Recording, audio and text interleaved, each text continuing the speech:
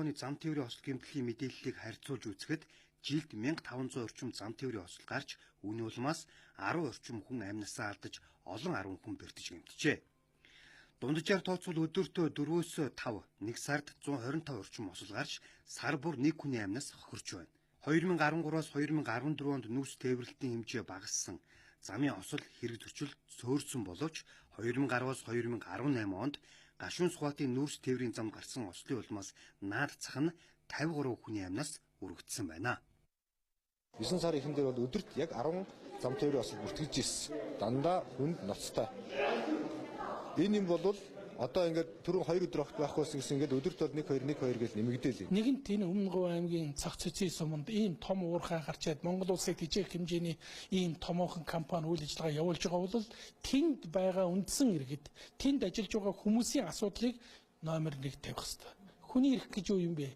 Хүний эрх гэж бол нийгэмдээ амьдрах боломж нөхцөлийг хэлж байгаа байхгүй.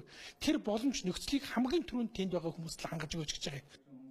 Цогццын сум 2006 онд 2000 гаруй хүн амтай байсан. 2010 оноос 5 толгой уурхай ажиллаж гиснээр 2018 он гэхэд хүн амын тоо 13 жилийн өмнөхөөс 4 дахин нэмэгдсэн байна.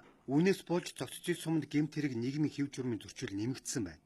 Мөн тус сум 100000 хүн амд эзлэх амьсгалын замын өвчлөөр бусад сумдаас харьцангуй өндөр үзүүлэлттэй гарчээ.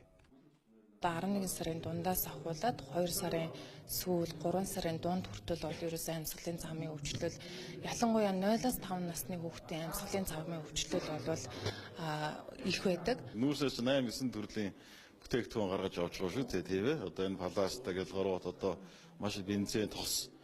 Тэгээ энэ улганы чинь нөгөө холдсон тоос орж ирээд байгаа. Тэсэлгээнүүд авраг том тэсэлгээнүүд хийх тэндээс бас энэ дарийн утаанууд одоо маш олон юмнууд гарч байгаа учраас энэ бол гамшигын хэмжээний гэж л одоо миний хувьд хэлмээр байгаа.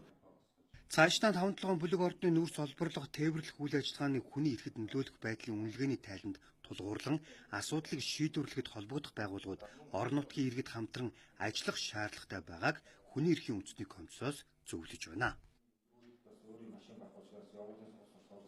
Иргэд хохирогч болох эрсдэл өндөр байгаа баримт